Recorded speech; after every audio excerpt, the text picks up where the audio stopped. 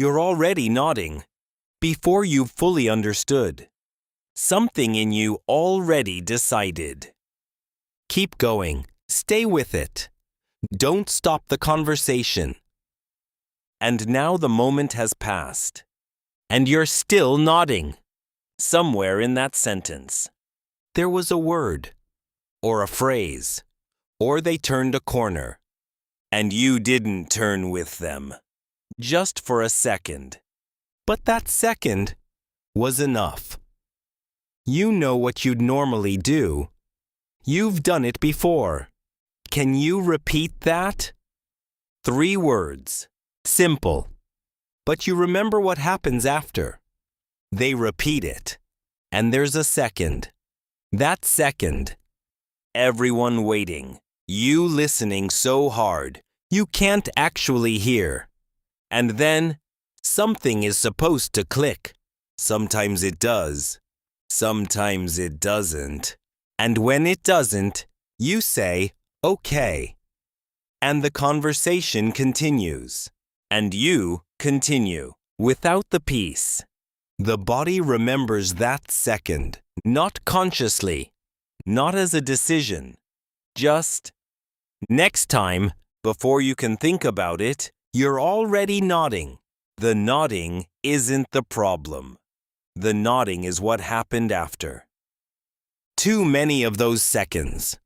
What does it feel like? From the inside. Not panic. Not exactly. More like you can feel the conversation happening. You can see it.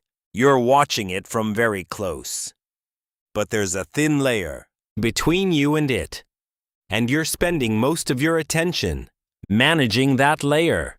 Making sure your face looks right. Making sure your responses land at the right time.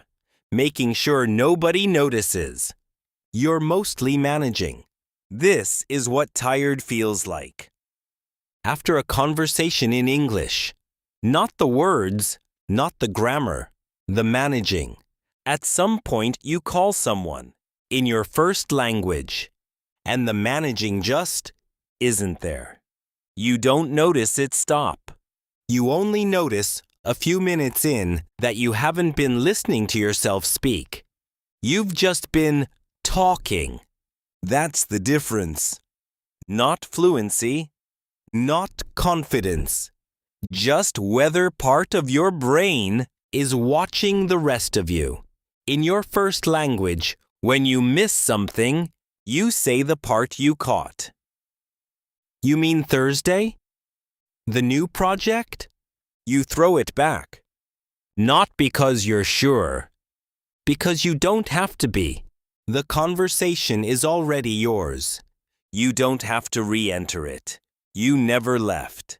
In English, missing something feels like a question you have to answer.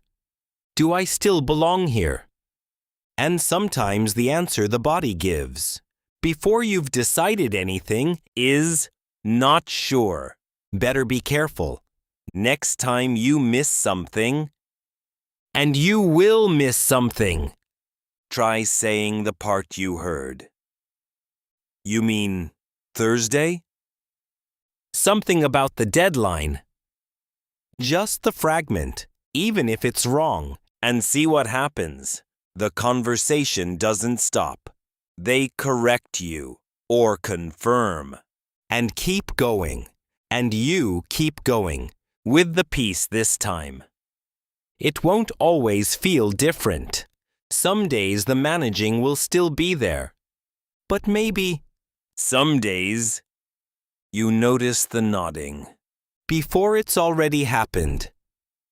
Tell me in the comments, has anyone ever asked you to repeat yourself in English, even when your sentence was perfectly clear? I read every comment, and I'll see you in the next video.